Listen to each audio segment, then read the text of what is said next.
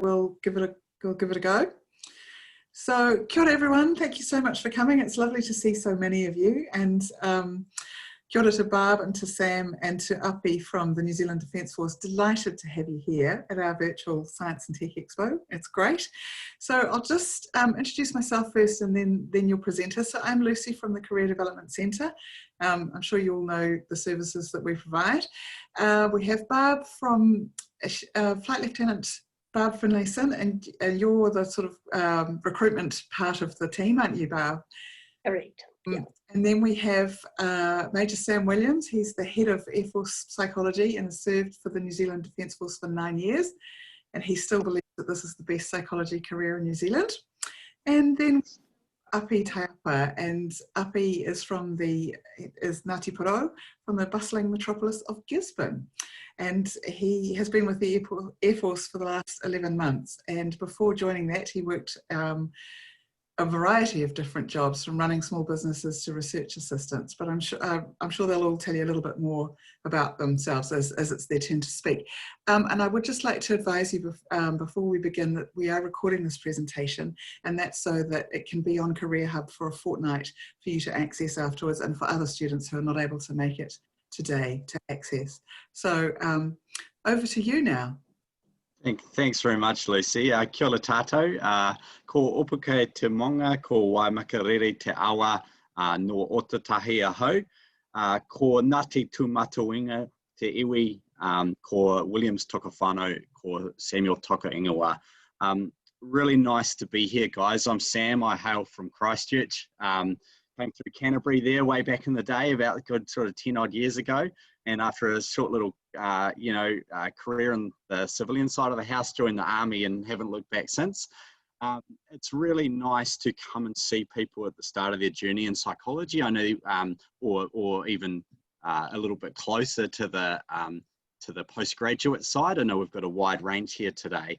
And it's a real privilege for us to be invited in and come and be able to talk to you a little bit about what we do, and see if it piques your interest around joining us. I'm really lucky to have both Barb and Api here today. Barb's going to be available to answer a lot of questions either in the chat through this or at the end. And Api's going to, since Api's a little bit closer to the front end of things, he can give you a little bit more of the ground truths around what it's like to work here. Api's just come out of training and is midway into his registration program as a trainee psychologist. But Api, would you like to just give a little bit more of an introduction? Yeah, kia ora Sam. Kia ora koutou. So, ko hikirangi te maunga, ko waiapu te awa, ko harauta te waka, ko hinimoana te marae, ko Ngāti Porou te iwi, ko Api tako ingoa. So, yes, Sam said, I joined the Air Force about 11 months ago, and I'm just at the start of my registration, so coming up 3 months in a few days. Before I joined the Air Force, came from Gisborne, spent the last 5-6 years studying in Palmerston North, and now I'm based here in Blenheim. So, you know, one big city to another one throughout my whole journey. But yeah, just started, so any questions you have around the registration, around what training is actually like, feel free to ask. Awesome. Thanks, Api. Okay, hey, look, just bear with me, guys. I'm just going to pull up our presentation for today. If you need to just, you can sort of change how many faces appear if you need to see the detail on the right. But look, I guess the main point of today is to tell you a little bit about what we do, why we love it, and how to get in if you want to join us. In terms of what we want to cover today, or what we're looking at covering, I'll start by telling you a little bit about who the Directorate of Psychology are. What do they do for Defence? You know, the streams of work that we're involved with. And then if that piques your interest, we're going to go into, well, how would you actually track through to join us? What does that look like? What are some of the perks of being here? So what's some of the benefits that are quite unique to a Defence Force?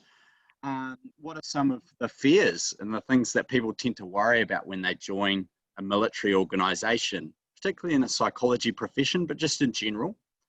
And then we're also going to talk a little bit about the skills, so in terms of your studies, but also some experiences that you might want to generate or even highlight to us if you are coming through our selection process And so there'll be some opportunities for questions at the end, but should you want to ask some stuff during the presentation, Barb will be available in chat to answer some questions. But otherwise, do save them for the end. There will be an opportunity and sort of free for all.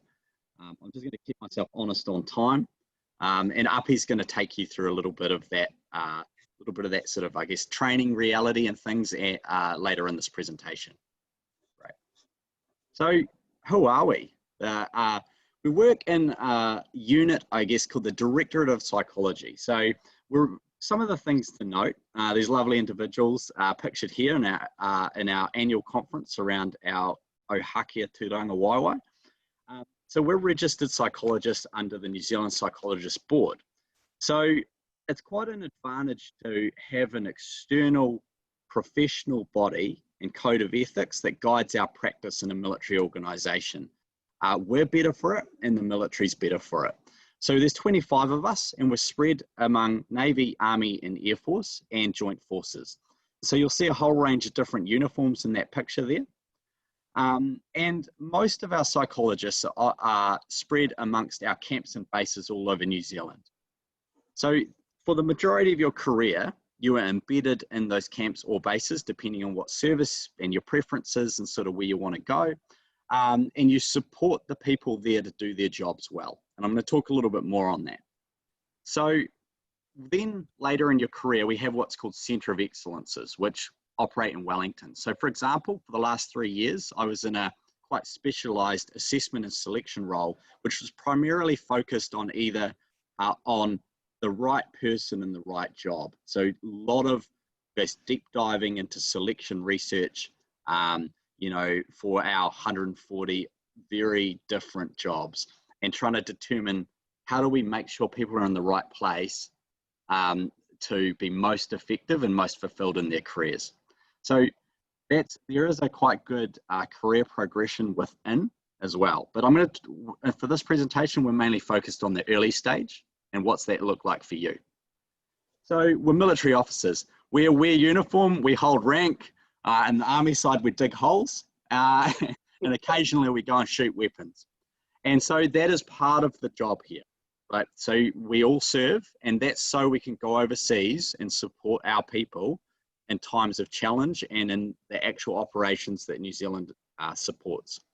So I've deployed at some of the my most proudest times in service. I've been to sea on Navy frigates in the Indian Ocean. I've gone and supported the Army in the Middle East, and I've flown with air to a variety of quite cool locations and got a really nice idea of, you know, of some of the work that our people do to support New Zealand.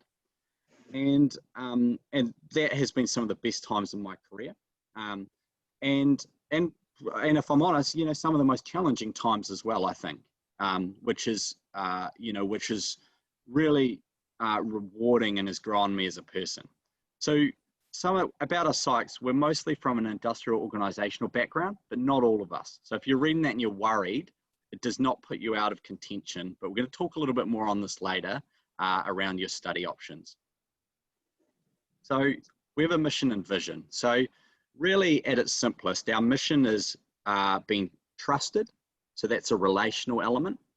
Applying psychological science, so that's using evidence-based best practice. So the kinds of studies that you're doing right now means you're way more up to date than I'll be.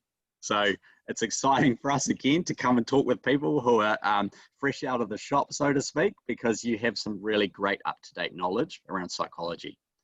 And what we do is we're aiming to enhance performance of our people for mission success. So the NZDF, you know, part of its objectives is to increase the national security of New Zealand to support New Zealand government. And so it's really nice to work in an organisation where you can directly feel that your contributions from psychology are enabling that, right? And so that's our objective, is make people better at supporting that mission, right? And so the vision for us is pretty similar. It just breaks it down a little bit. It's just increasing cognitive performance, basically making people adaptive, agile, flexible thinkers, and helping them integrate with one another in defence. So that's, I guess, our guiding philosophy. So what does it actually look like though? Like, what do we do? So we used to put up the slide where there's about 1,000 things in there that military psychs do. It's overwhelming to look at. But so the simplest way to break it down is we have some foundations down the bottom there, and then we've got 3 streams of work. So in terms of the foundations, as a military psychologist, you have a lot of professional development. So you do a lot of, I guess, coursing, training, upskilling. You'll engage with supervision. You do a lot of things that keep you professional. So, you know, your military training, your maintaining your health and your physical fitness. But we have a lot of, you know, so there's a lot that fits into generally producing quality. But then in terms of the actual work, we've got 3 streams. So the first one I've talked about a little, right person, right role. So you'll see a picture of one of our Navy divers there. I'm not going to say takes a unique person to do that job, but our jobs can be quite different, right? There's 140 of them, everything from pilot to storeman to steward to explosives ordnance disposal to SAS. There's a lot of requirements that require a lot of different types of people. And so our job is to help filter people, find them good careers and put them in the right place that's going to be fulfilling, but where they'll perform well. We also have equipping people for the challenge. So this is much more around upskilling people from where they already sit. So basically this can constitute going on deployments and screening people and supporting them, doing referrals, using kind of low-level therapy techniques, and doing things like preparing people for traumatic circumstances. So doing like collective training too, where we actually give people psychological information that's going to help them in the thing that's coming up, whether it's a deployment, whether that's exposure to some tough situations. That's the kind of work we do. I'll talk a little bit more around what that looks like with some stories next. The last one on the right there is strengthening teams and leaders. So that's really working through the leader or working through the unit to have a bigger result. So in terms of leader development, the civilian counterpart for that or parallel is executive coaching, right? You're coaching the leader and upskilling them to help you know, them have a greater effect on the unit and the people that they take care of. We also do things like climate surveys. So we have a lot of organizational surveys that might highlight issues with fatigue, morale, workload, and there's all things that psychologists can do to assist with advice or interventions that can help that. So, you know, it might result in some workshops and things, but let's take a little bit of a deeper look now around what that looks like. So right person, right role. So any of you that have had any exposure to the IO psych know this is the bit that for an organizational psych like me gets me super excited. So we both do development and delivery of selection. So development basically means figure out what's required to do the job or the training. That's it. We know there's individual differences in people's potential, motivation, drivers, values. What's it actually require to do this job? Because the last thing we want for us and others is to put someone in a position where they'll either underperform, especially if there's risk involved, or where it doesn't work out for them. You know, if we relocate a person, we put them in a career path and they hate it after, you know, a few $100,000 worth of training, it's not good for anyone, right? And so we try our best to make sure that that we are putting people where they're likely to succeed and helping with that kind of development. And then we actually go out and we assess people too. We actually use psychological tools like, you know, well-validated personality profiles, cognitive ability tests, and behavioral observation. And we put it all together and make a recommendation or an assessment about how likely we think that person is to succeed. So what's that look like? A bit like this. So on the left there, this is our Navy final officer selection board. And that's a very sort of classic panel structured interview that you might see in a lot of different environments, right? Around some of the competencies or some of the qualities that we might expect an officer would need to enter the Navy, to succeed in training in the Navy. On the right, that's one of our psychologists. assessing an outdoor leadership activity as part of the Army Officer Selection Board. And so, some of my best times have been sitting there with a clipboard in the middle of freezing Waiouru with the snow around, watching some people who have it far harder than me do some leadership activities. But the reason it's been so rewarding is sometimes in that challenge, you see some real beautiful human potential, right? You see some people really step up, look after each other, you know, and you kind of learn a lot about people's abilities and some of the qualities in a much more real way than you might, you know, always in an interview and something like that. So it's really, really neat experience. You don't get to do this everywhere, and I've loved all of the selections I've been involved with. Cool. So next one was equipping people for the challenge. So here we've got one of our Navy vessels in the southern seas. It's probably somewhere off down by Antarctica. And we've got our P3 aircraft, which is one of our aircraft commonly used with search and rescue. And so some of the things that we'll do is knowing that people are going into very different environments and that this job can be challenging. And also just recognizing that, you know, we're one of the largest, I'll use the term employers for New Zealanders, and our people, they're normal people, you know, they have normal people with normal lives and the same normal problems that everyone's got, right? And so we do, with that, we try and set up a really nice foundation for them of well-being, good well-being, and then we try and support people as well with extras around the challenges that are unique to military life. So we'll do things like referrals, which is when you sit down one-on-one with someone, you might do some screening tools to see how they're tracking, have a chat with them and provide some helpful information or help them generate strategies that will support them back into the workplace or the operation that they're involved with. One of my greatest experiences of doing this was getting to walk onto the back of an Australian airport in the middle of the deepest, darkest hours of the morning, getting picked up by one of our Sea Sprite helicopters, flown onto ship, staying on the ship for like a good 2 months and doing some debriefing there. Don't go do that anywhere else.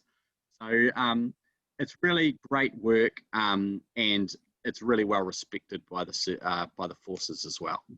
So what's that look like? So here on the left, we've got one of our psychologists helping personnel identify optimal ways to change their daily habits. On the right, we've got 2 of our other psychologists taking recruits through a tactical breathing skill before a shooting task. I'm usually asked this, no, they're not sleeping. Well, some might be, but if they are, we can't tell. But this is, we use mental tools and approaches to help increase performance in the areas in which it matters in the military. So it's a really nice blend of that scientist practitioner model that some of you may be learning about through your studies. Cool. So the last one, strengthening teams and leaders. So I've talked a little bit about what that looks like so far, but really again, it can look like workshops. So we know there's a lot of elements as psychologists that lead to good group formation, that lead to things like highly functioning teams. And so some of the things we do is we actually get together with command teams or groups of people who are going to be running a mission or an operation, and we will do some pre-work to help them set up their team based on that good psychological advice. And so what does that look like? So I asked some of our psychologists what their best day in the job was. And so on the left there, I've got a testimonial essentially from one of our Navy psychologists who said, well, actually, it was getting an email from a senior officer overseas who said, thank you for that team development workshop that had been run. So this officer believed that the workshop itself had actually created high levels of trust and communication that had then gone on to help when the team was under difficult times in that overseas theatre. We call it a theatre. And so this made, you know, the psych notes that they were really proud to be involved in supporting that through the challenging times. And the other one is from an Air Force psychologist who said that their best day was sitting down with a commanding officer while waiting for a crew to return from supporting the White Island operation. you know, it was in the evening, and it had been quite a long day for both of them. And in the quiet of the waiting period, they're able to provide some real-time advice on how to best support the squadron through the challenging period. And I think, you know, that really, I really value this one because it shows some of the challenging but real work that the forces do and where we might be best placed to support. And so, you know, this is real. This is real and it's needed by the services, and it is, for me, that provides a lot of purpose. So I'm now going to pass over to Api, who's going to take you through a little bit around what does it look like at the start of the journey to come in and join. What are some of the benefits and things of being in? What's some of the myths and realities around being in service? And then at the end, we'll all be available for questions. So Api, yeah, would you like to take it from here? Sure, thank you, Sam.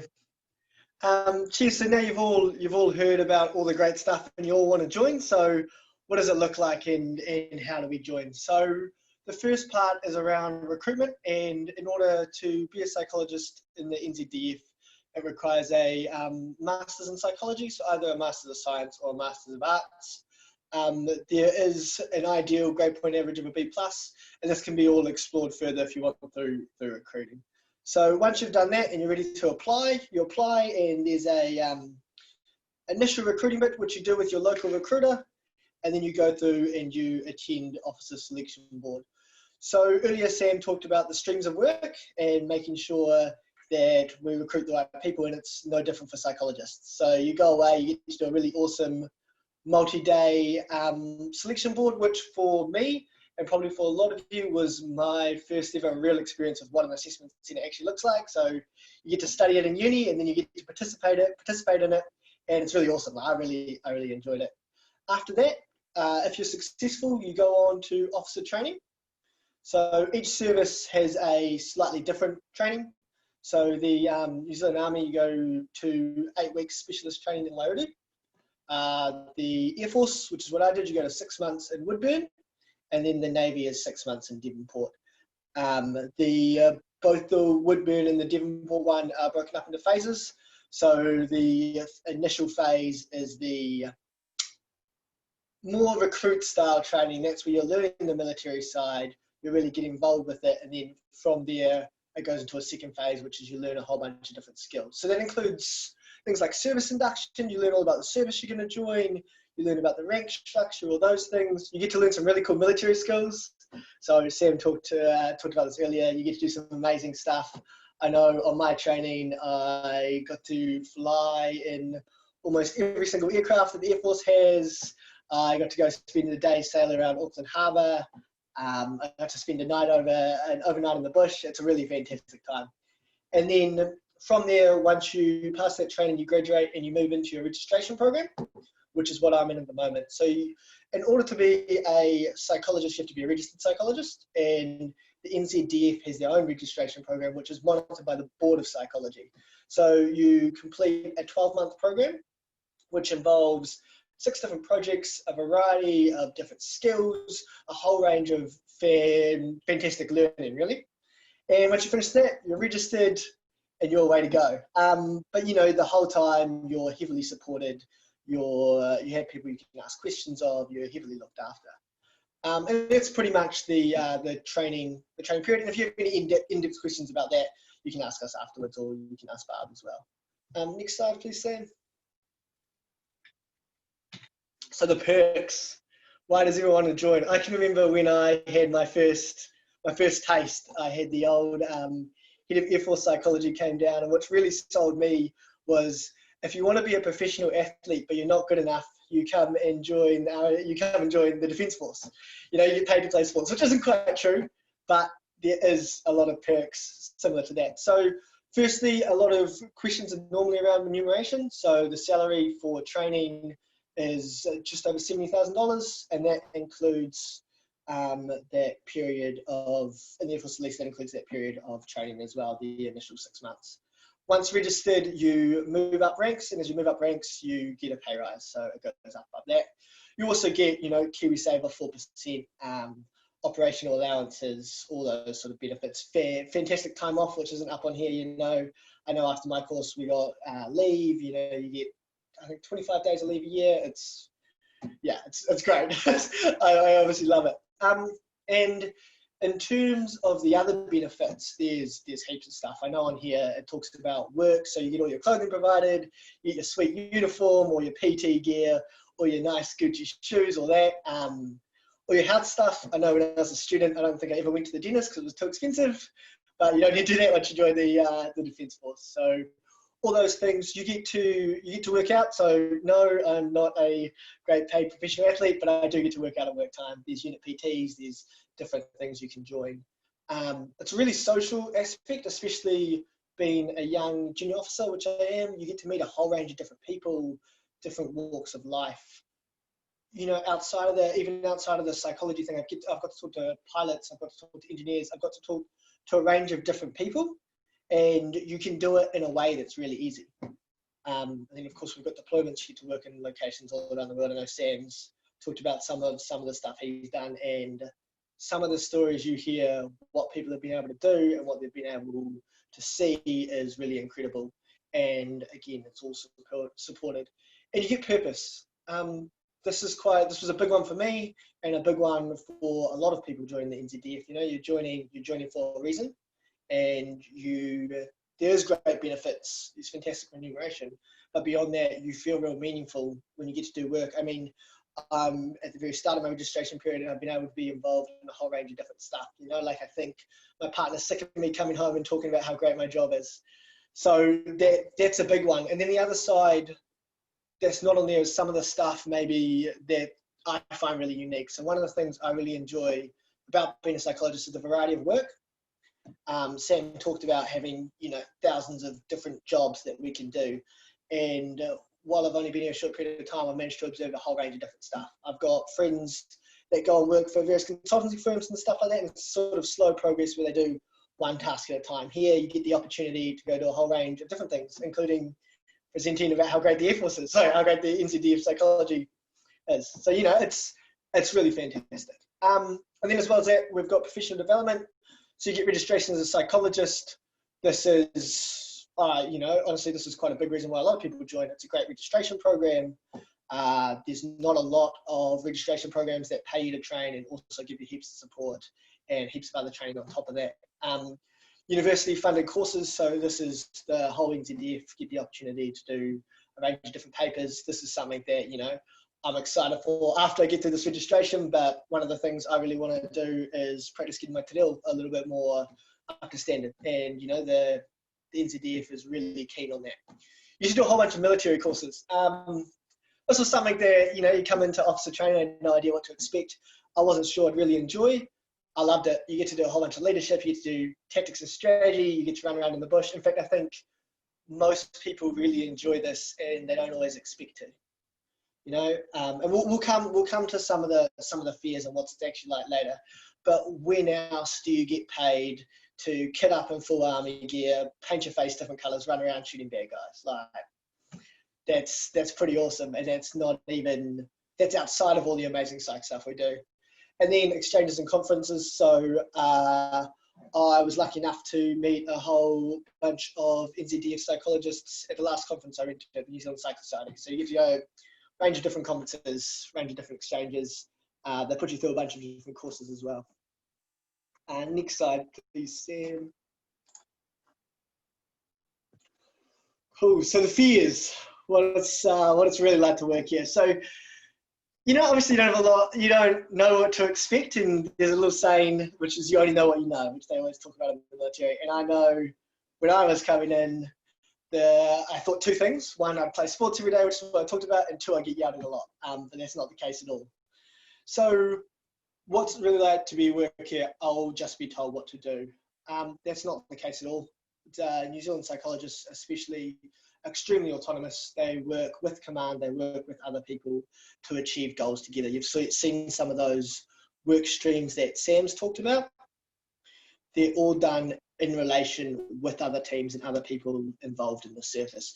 So it's a extremely supportive environment. You're not just told what to do, and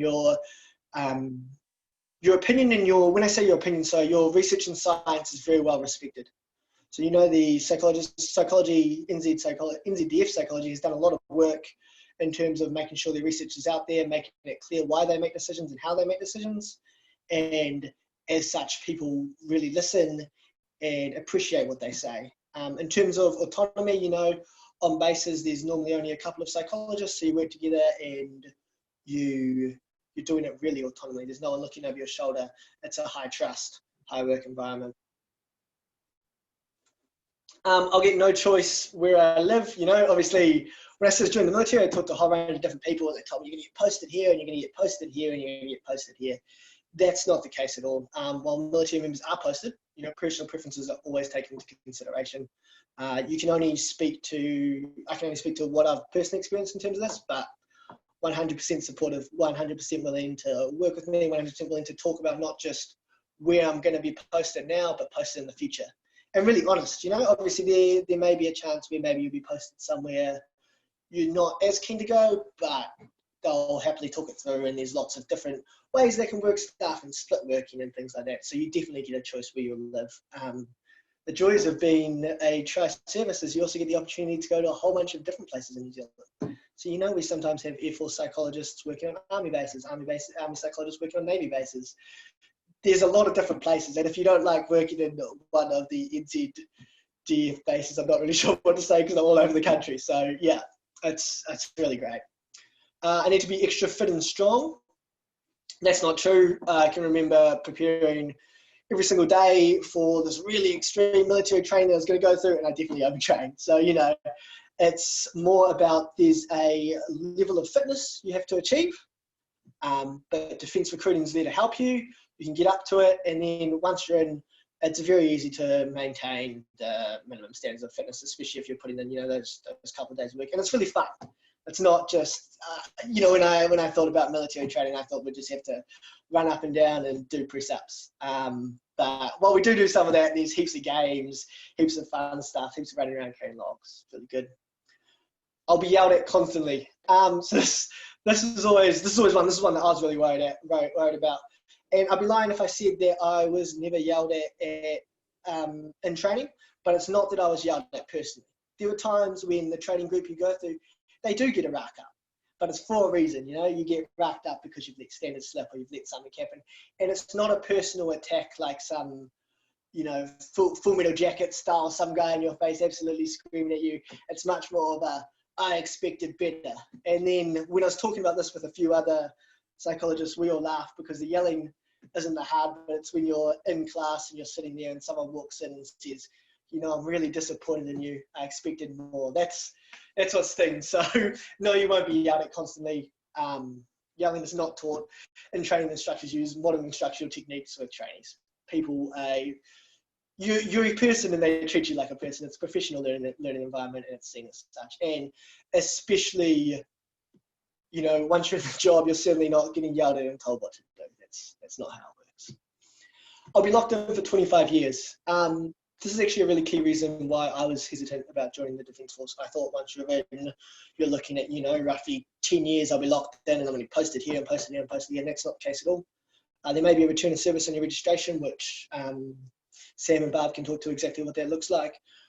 But you get great job stability and you can leave after that. And I can remember asking the person I talked to about recruiting, I was like, really, I only have to stay for an extra year. And they're like, yep, but you're going to want to stay forever. And at the moment, I'm going to want to stay forever for sure. So yeah, there is that option to leave.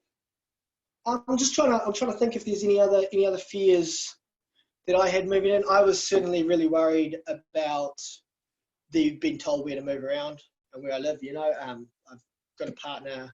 We're looking at getting dogs, those sort of things. I know I'm quite nervous about it, but they really take that all into account. But if you do have any other fears, it's really good to ask us about them because we'll be able to talk to that. Next slide, please, Sam. Planning your future development. So this is all around making sure that you're ready if you do want to join the Defence Force. So in undergrad, looking at a Bachelor of Science or Bachelor of Art in Psychology. So the preferred subjects are pretty much everything related to industrial organisational psychology, selection, organisational development. You know, I did some human resource papers, things like that. There's research design, so qualitative and quantitative statistics, and that's because, you know, part of the job is research. Sam talked about the science practitioner model, and I think that's heading back to the one of the reasons I joined. That was certainly it. You get a really cool chance to still do some real awesome research and then apply it. So some of that stuff is really important in university, so you know how to do those sort of things, and it's just a little bit easier. And then other potential papers include in cognitive psychology, sports psychology, human factors, health psychology.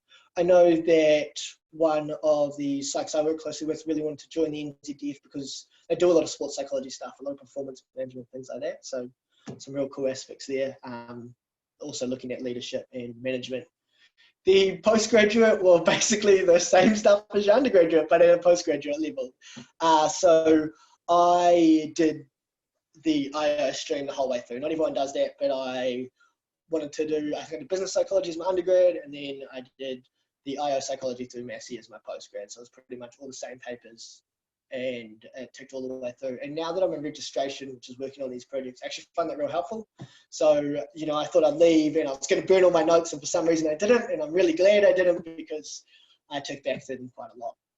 So if you can, definitely looking at that postgraduate studies quite similar, and sort of playing it a little bit forward what might be useful in the workplace. Again, if you are unsure and you maybe want a little bit of advice about paper selection, feel free to ask.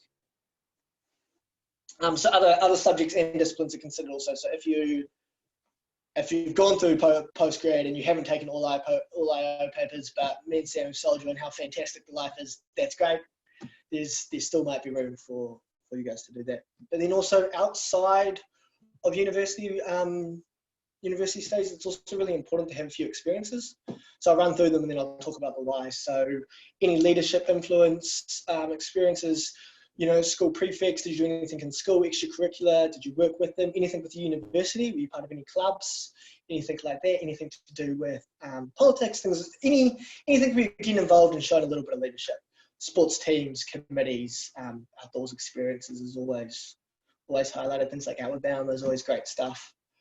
What teamwork things have you done? Have you done some group projects? You know, I know that universities are moving towards that, and that's actually really important.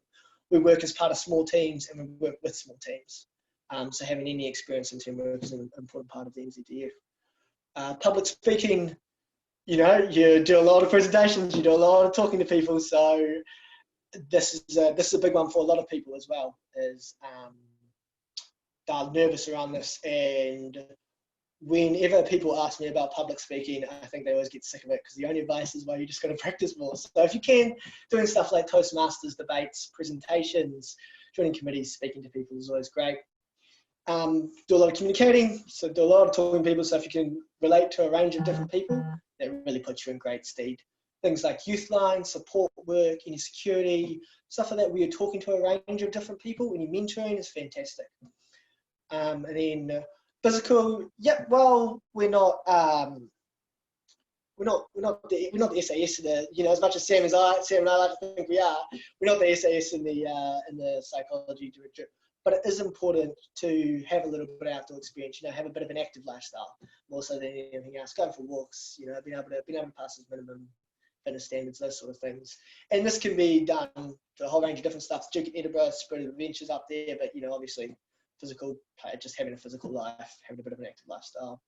And technology, being able to create fantastic presentations like you are, like we are, sorry.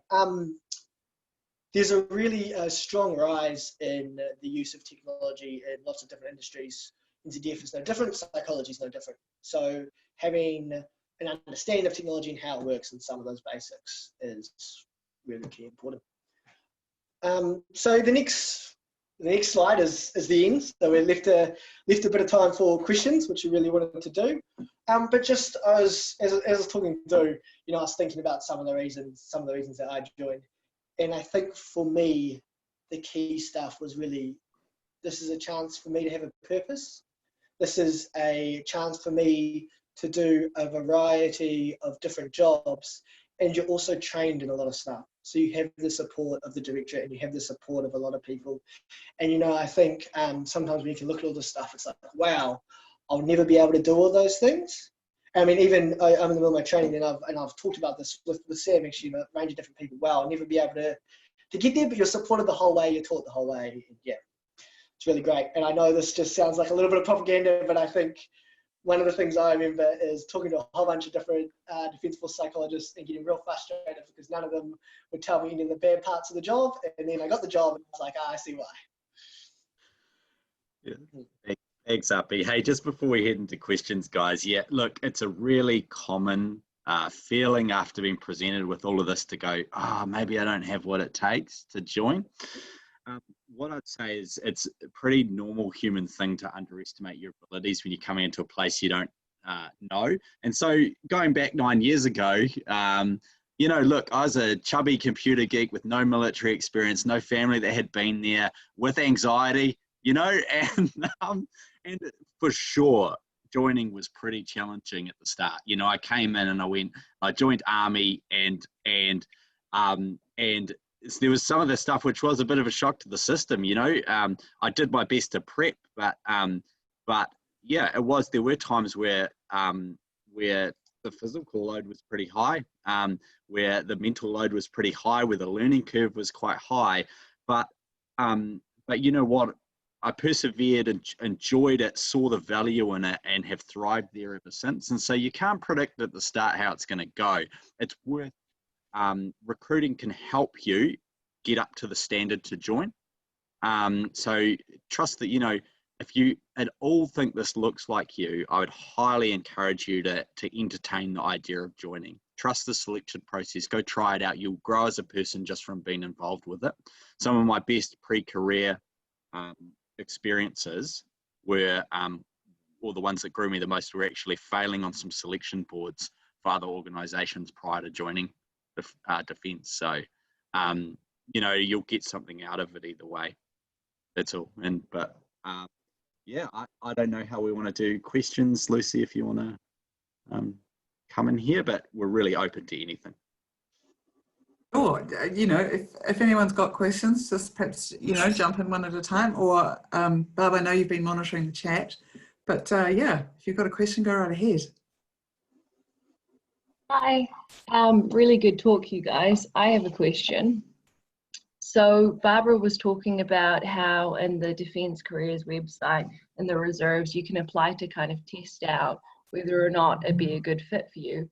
What kind of title would that be under? Because, I mean, it has intelligence officers and things like that, but would it actually be, you know, Army psychologist or, yeah, what are the kind of buzzwords I should look for to see if I can, you know, begin there? Actually, Madeline, I'll answer that one for you. When we encourage students, particularly when you're in the early stages of study and you've got, you know, maybe another 2-3 years at uni, so you just apply in your local region, and the jobs won't be to come in as a reserve psychologist. You'll join as maybe an infantry, maybe combat medic, and you just take a role that the reserve unit have in your location, and you get to go to training nights, and you get to get a flavour of the type of military skills, the lifestyles, the type of people.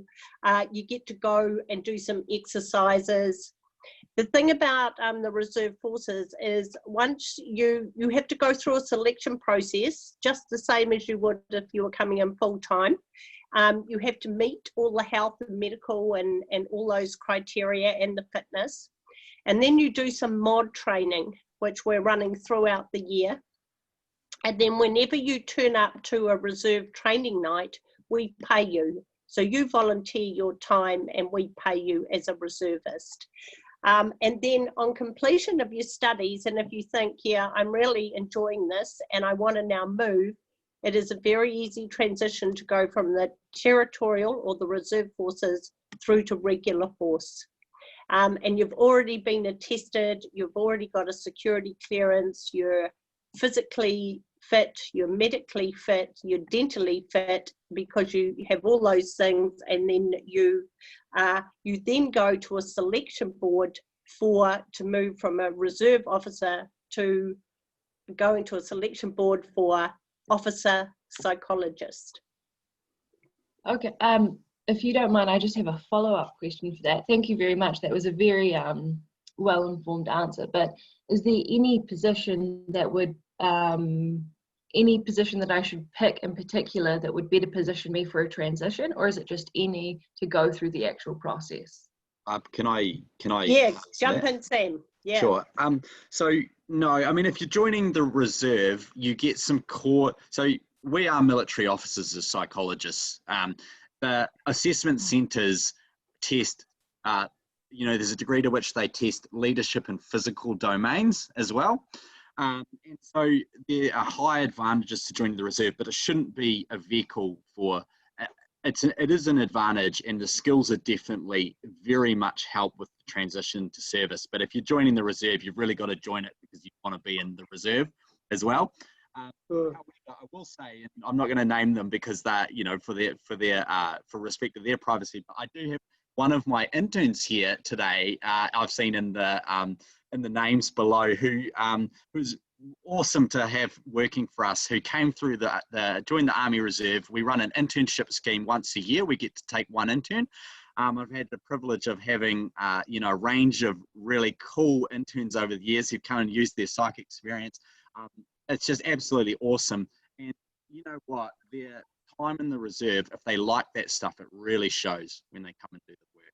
It really shows the commitment to service, but also just that they respect what we do here. And I think there's a big part of our job which is respecting all of the work that everyone at Defence does. So I'd encourage the reserve, but do have a good think about, if that fits for you and your values and your drivers and things, because it is, bluntly speaking, soldiering, Yep. And so I love it, but I respect that not everyone does.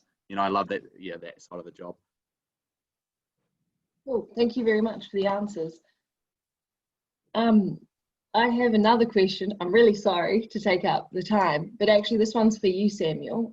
You mentioned very bravely, might I add, that you were kind of a kid that had anxiety and was not possibly first suited for it. But I just wanted to ask, in terms of if you have anxiety or if you had previous experience with mental health issues or anything like that. I know that in the Army and a lot of these services, these kind of count against you in the selection board. Is that true as well for these kinds of positions? Barb, do you want to talk to the medical screen, or do you want me to in recruiting?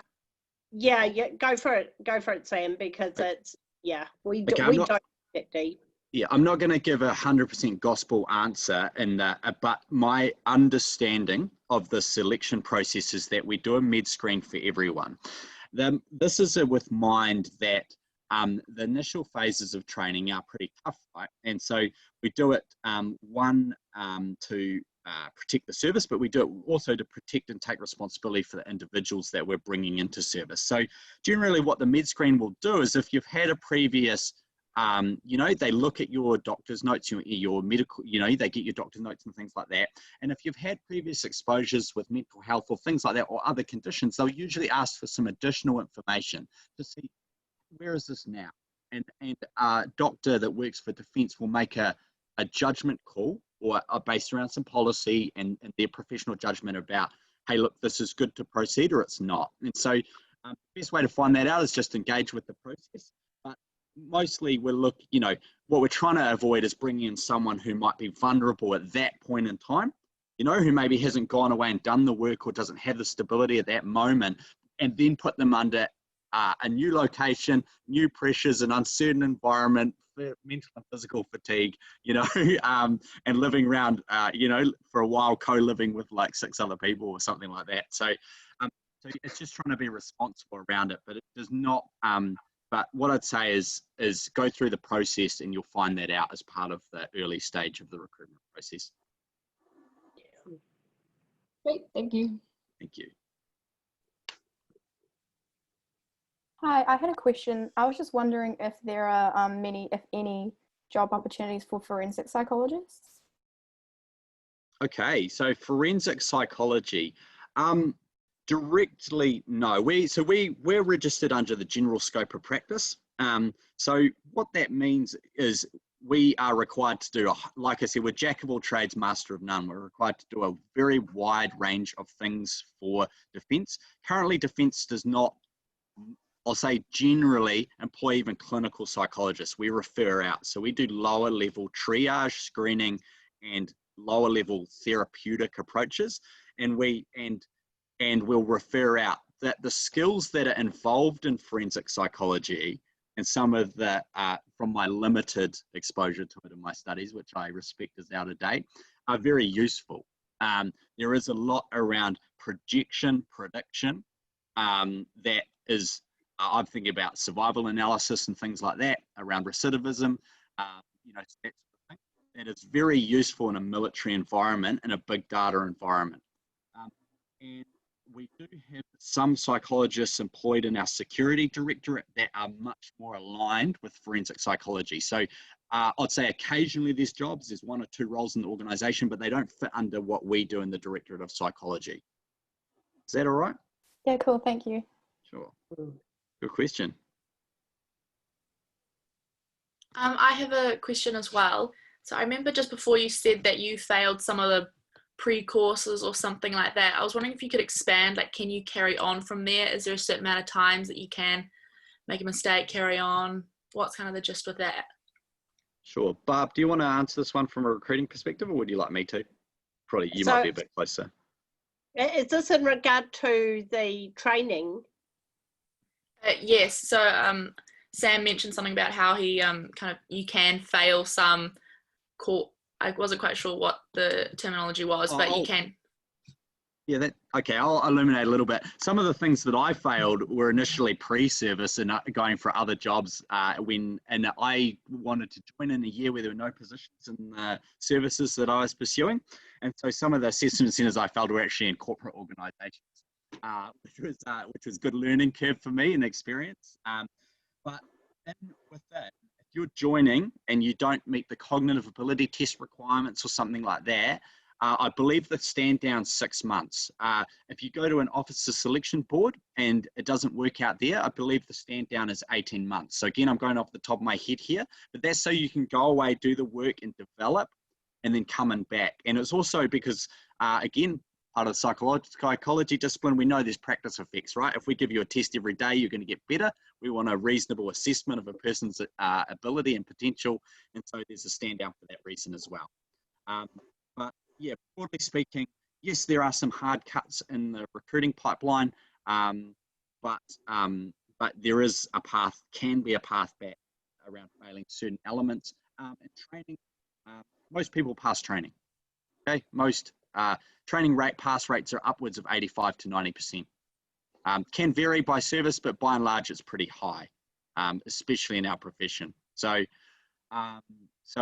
you should, if you're joining and you get through the selection process, you should generally trust that you are likely to pass training. Cool. Thank you so much. No worries. Add something to that, Sam? Sure. Yeah, so in terms of that bit that Sam touched on with the cognitive tests, I know I ended up, had some terrible nerves and ended up bombing one of the cognitive tests early on when I applied, and it was just a 6-month stand down. Thank you. Hi, I have a question. My name's Sarah. I'm just finishing up my Bachelor of Science in Psychology, and I understand obviously I need to complete my Masters before registering for the psychology in the Defence Force. I was just wondering if there is any opportunity for involvement in the Defence Force while I'm still studying for the Masters? Sure. So intern scheme's your best way. If you can get in, but you do need to join as a reservist. So, you know, like the same things I said before works. We occasionally are able to give you a little bit of a site tour, I guess, bring you onto your local base, introduce you to a psychologist, give you a little bit of exposure. I'll be honest, it's hard to do your thesis with us. It's pretty tricky. We've tried, it can work. It takes a lot of, it's just difficult. The data needs security, stuff like that. It's way easier to do that stuff once you're in. do the research with us once you're in. So that bit's a little tricky, but you know, we welcome people reaching out, you know, and contacting us about that. In terms of other military exposures, yeah, I'm not sure. There might be some general defence exposures that recruiting runs. Not sure if you've got anything to add there, Barb.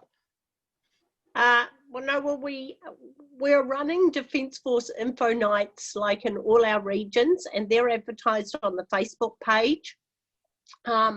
We've also got, so wherever key events are, of course this year is everything's turned to custard in that domain, and we've had to withdraw from all our engagement activities at the moment. So from my perspective, I like to have a footprint on campus. And so I like to think that by the time you've come through your studies that you've had an opportunity to have face-to-face with Defence at least once or twice a year. Plus with the career development, your CDES team at the university, they are a great link to go to them and say, you know, could you hook us up with Defence? Is there a chance that we could come and do faculty presentations? We're really wanting to get involved with you while you're in the process of learning and exploring career options and making those decisions. And as Sam said, like I've had some candidates who are in their final year. I've hooked them up with a serving psych who's met with them, had them on the base for a couple of hours, taken them to the mess for lunch, talked about their job, and even that small amount of engagement is sometimes enough that people think, yes, so always reach out and ask us because we'll do anything we can to assist you making good decisions if you're looking at us as a career option. Okay, thank you very much.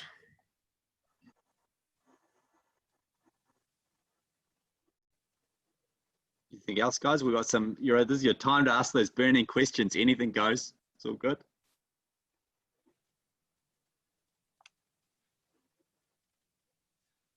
Sometimes, I'll say one comment, sometimes one thing people worry about, you know, I know I'm mindful that Api and I are, you know, are two male psychologists in an organisation that's sometimes viewed as quite, you know, or militaries can be viewed as quite predominantly male. We've done, you know, I think that we've got a really nice, you know, we lead by example in the psychology team in terms of our diversity. We've got a very nice, you know, roughly sort of 50-50 gender distribution through the directorate on all levels of our command.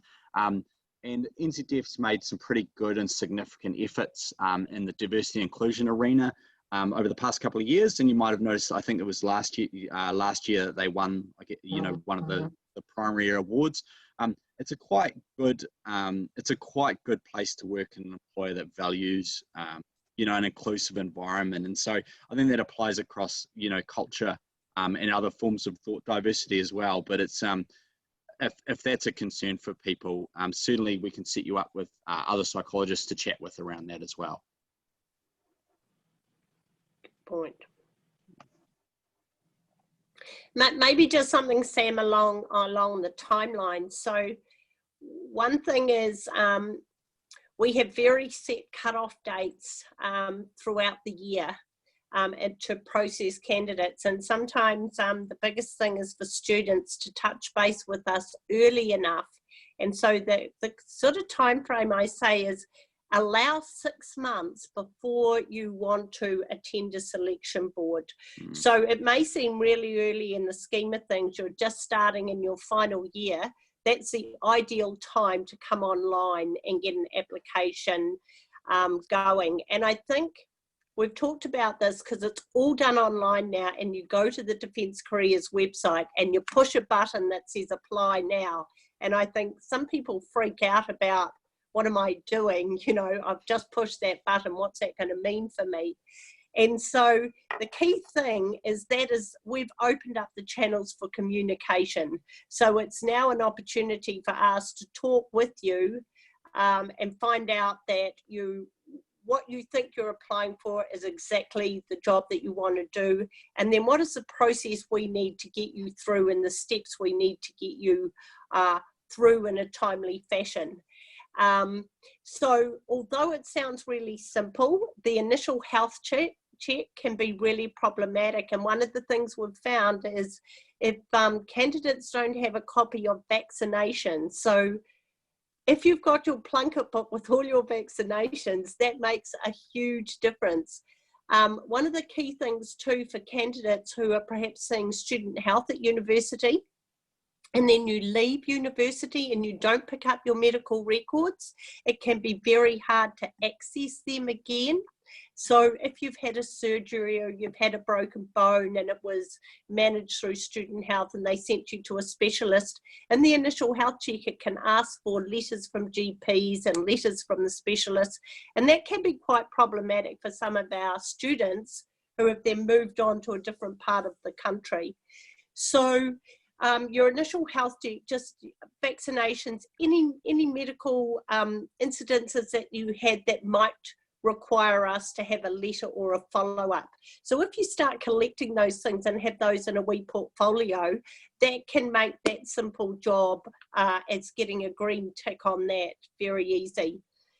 We also then engage with you really early to invite you to force fit training. So we've employed fitness trainers throughout the country. So once you've applied online, you can then attend force fit training. So that's free for all our students. And I think that's great because students don't have the money to attend a gym and pay for a trainer. So we provide you with that trainer, and all you need to do is turn up with a drink bottle and your gym gear. And in most regions, that's run twice a week. So that allows you, by the time you come in to do your testing and to do your beep test, your push-ups and your curl-ups, we've seen a dramatic increase in the fitness of everyone. And so where fitness may be a wee thing in your back of your mind and you think, I'm maybe not good enough yet, that 6 months allows us to get you force fit, so you just nail those fitness tests, and so it doesn't even become an issue.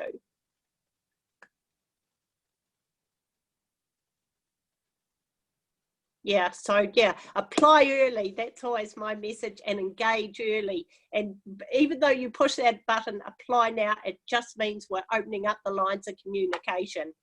And I also say to students, at any time you can close your application. Things happen in life, your goals change, goalposts move, and it's completely fine to close down an application and then reopen it 6 months or a year later. There's no, that we see that as a good thing, not a negative. Thanks, Barb. Okay, hey, thanks guys. I see we're on time, so I'll try and let everyone get away. Thank you very much to the university and Lucy for setting this up. Lovely to see you all here. Thanks for everyone attending. I know a hard thing to do when from home. Yeah, really looking forward to hearing from people if you want to know more about the career coming up. Thanks, Sam. Thanks, Sam. Yeah. Delighted to have you guys here. It's really exciting. And yeah, just to fly the career development flag for a little minute, we are here to help you students with any applications. And yeah, you know, we're very keen to work with the Defence Force Bar. Would love to have you on campus as soon as we're allowed to. So yeah, look forward to making that happen. So yeah, thank you to you all. It's been great. And yeah, I hope if you've got other presentations to attend this afternoon, good luck with that.